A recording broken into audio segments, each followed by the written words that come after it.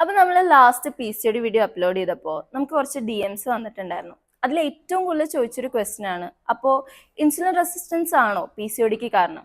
ഉമ്മ പറഞ്ഞ് ഞാൻ കേട്ടിട്ടുണ്ട്, അവരുടെ കാലത്തൊക്കെ ആണ്ടിലും സംക്രാന്തിക്കും ഒക്കെയാണ് ഒന്നോ രണ്ടോ PCOD കേസസ് ഒക്കെ വരുന്നതെന്ന്. പക്ഷെ നമ്മുടെ ഈ ജനറേഷനിൽ ഏറ്റവും കൂടുതൽ നമ്മുടെ ക്ലിനിക്കിൽ വരുന്നത് PCOD കേസസ് ആണ്. അപ്പം എന്തായിരിക്കും ശരിക്കും PCODക്ക് കാരണം? ശരിക്കും PCODയുടെ എക്സാക്ട് റീസൺ എന്താണെന്ന് ഇന്നേ വരെ സ്റ്റഡീസിന് കണ്ടെത്താനായിട്ടില്ല. ഈ പറയുന്ന ഇൻസുലിൻ റെസിസ്റ്റൻസ് ഒരു ഇമ്പോർട്ടൻറ്റ് ഫാക്ടർ തന്നെയാണ്. പക്ഷെ അത് മാത്രമല്ല ഉള്ളത്. അത് ഓൾറെഡി ഞാൻ കഴിഞ്ഞ വീഡിയോയിൽ പറഞ്ഞിട്ടുണ്ടായിരുന്നു. അത് ഇനിയും പറഞ്ഞ് വെറുതെ ബോറടിപ്പിക്കുന്നില്ല. പക്ഷേ അതിനോടൊപ്പം തന്നെ നമ്മുടെ ജെനറ്റിക്സ്, സ്ട്രെസ്, ഇമ്പോർട്ടൻ്റ് ആയിട്ട് പറയുകയാണെങ്കിൽ ലൈഫ് സ്റ്റൈൽ. ഇന്നത്തെ ലൈഫ് സ്റ്റൈൽ വളരെ അറിയാമല്ലോ, അതൊരു മെയിൻ ഫാക്ടർ തന്നെയാണ്.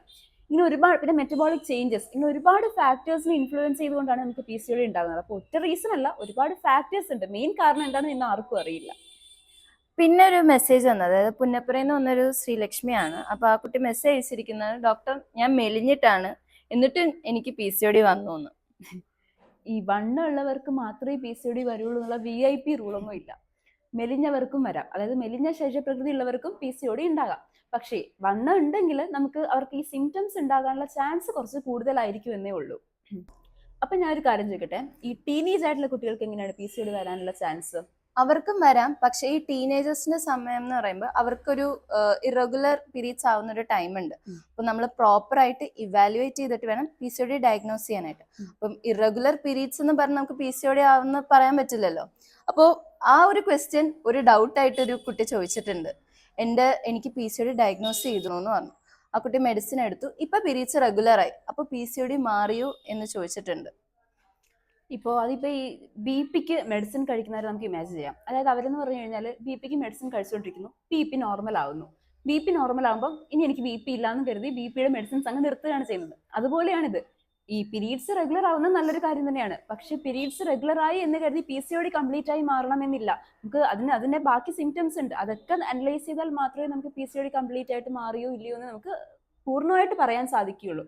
അതുപോലെ തന്നെ കുറെ പേരുണ്ട്, പീരീഡ്സ് ഇറഗുലർ ആയി, അതായത് പീരീഡ്സ് കൃത്യമായിട്ട് വന്നില്ല എന്നുണ്ടെങ്കിൽ ഉടനെ തന്നെ അവർ അസ്യൂം ചെയ്യുകയാണ് എനിക്ക് PCOD ആണ്.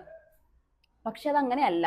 നമുക്ക് PCOD എന്ന് മാത്രമല്ല, പീരീഡ്സ് ഇറഗുലർ ആവണമെങ്കിൽ ഒരുപാട് റീസൺസ് ഉണ്ട്. അതായത് ഇപ്പം തൈറോയിഡ് പ്രോബ്ലംസ് ഉണ്ടാകാം, അല്ലെങ്കിൽ ഈ പറയുന്ന പ്രൊലാക്റ്റിൻ ചേഞ്ചസ് ഉണ്ടാകാം, മറ്റ് മെറ്റബോളിക് ചേഞ്ചസ്, അല്ലെങ്കിൽ ഉറക്കമൊക്കെ വളരെ ഇമ്പോർട്ടൻ്റ് ആയിട്ടുള്ള ഫാക്ടേഴ്സ് ആണ്. ഇതൊക്കെ അനലൈസ് ചെയ്തുകൊണ്ടാണ് നമുക്ക് ഇതിനൊക്കെ പീരീഡ്സ് ഇറഗുലർ ആവാനുള്ള കാരണങ്ങളുണ്ട്. അല്ലാതെ ഇപ്പം PCOD വന്നതുകൊണ്ട് മാത്രം ഒരിക്കലും പീരീഡ്സ് കൃത്യമായിട്ട് വരുന്നില്ല എന്ന് പറയാൻ പറ്റത്തില്ല. അതുപോലെ തന്നെ നമ്മുടെ ക്ലിനിക്കിൽ വരുന്ന ഒബേസിറ്റി പേഷ്യൻസ് കൂടുതലും ചോദിക്കുന്ന ഒരു ക്വസ്റ്റ്യൻസ് ആണ്, ഡോക്ടർ ഞാൻ ഒരുപാട് ഡയറ്റ് ചെയ്യുന്നു, ഒരുപാട് എക്സസൈസ് ചെയ്യുന്നു, പക്ഷെ എന്നിട്ട് ഒന്നും എൻ്റെ ഈ പറയുന്ന വെയിറ്റ് കുറയുന്നില്ല, അത് ഈ പറയുന്ന PCOD കൊണ്ട് മാത്രമാണോ? ഇത് പല PCOD പേഷ്യൻസിനും ഇതൊരു റിയൽ എക്സ്പീരിയൻസ് ആണ്. പക്ഷേ എന്താ വെച്ചാൽ നമ്മുടെ ബോഡി കുറച്ച് കോപ്പറേറ്റ് ചെയ്യാൻ കുറച്ച് ടൈം എടുക്കും. പക്ഷെ പ്രോപ്പറായ ഹോമിയോപ്പതിക് മെഡിസിനും പ്രോപ്പർ ഡയറ്റും കെയറും ഒക്കെ എടുത്തിട്ടുണ്ടെങ്കിൽ നമുക്ക് PCOD മാനേജ് ചെയ്യാൻ പറ്റും.